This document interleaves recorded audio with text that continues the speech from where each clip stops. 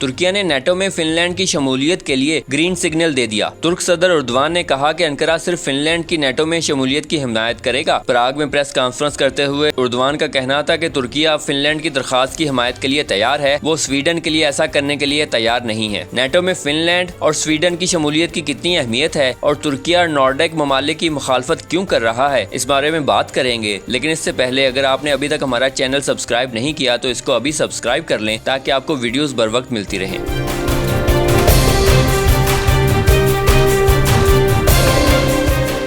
ناظرین، ترک صدر رجب طیب اردوان نے فن لینڈ کے نیٹو میں شمولیت کی حمایت کا اعلان کر دیا ہے۔ پراگ میں میڈیا سے گفتگو کرتے ہوئے انہوں نے کہا کہ انقرہ صرف فن لینڈ کی نیٹو میں شمولیت کی حمایت کرے گا۔ انہوں نے کہا کہ فن لینڈ اور سویڈن الگ الگ وقت میں اس اتحاد میں شامل ہو سکتے ہیں۔ فن لینڈ کے ساتھ انقرہ کے تعلقات سویڈن کے ساتھ تعلقات سے مختلف ہیں۔ ترک صدر رجب طیب اردوان کا کہنا تھا، فن لینڈ ایسا ملک نہیں ہے جہاں دہشت گرد آزادانہ گھوم رہے ہوں، جبکہ سویڈن ایک ایسی جگہ ہے جہاں دہشت گردی عروج پر ہے۔ اس لیے فن لینڈ اور سویڈن کے حوالے سے نیٹو کو فیصلہ کرنا ہوگا۔ اگر نیٹو فن لینڈ کے حق میں فیصلہ کرے گا تو وہ یقیناً سب کچھ کریں گے جس کی ضرورت ہے۔ فن لینڈ کے وزیر دفاع اینٹی کیکانن نے اس بات کی تصدیق کی ہے کہ ان کا ملک سویڈن کے ساتھ مل کر نیٹو کی رکنیت کے لیے کوششیں کر رہا ہے۔ ترک حکومت نے جون میں حوالگی کی درخواستوں کا جواب دینے، برآمدی کنٹرول کو ہٹانے اور انقرہ کو دہشت گرد سمجھے جانے والے گروپوں کی حمایت بند کرنے کے وعدے سمیت 10 نکاتی معاہدے پر دستخط کے بعد فن لینڈ کی نیٹو میں شمولیت پر مخالفت واپس لے لی تھی۔ انقرہ مخالف گروپوں میں نارڈک ریاستوں میں سیاسی پناہ کی درخواست کرنے والے کردستان ورکرز پارٹی کے کارکن اور امریکہ میں جلا وطنی کی زندگی گزارنے والے فتح اللہ گولن کے پیروکار بھی شامل ہیں۔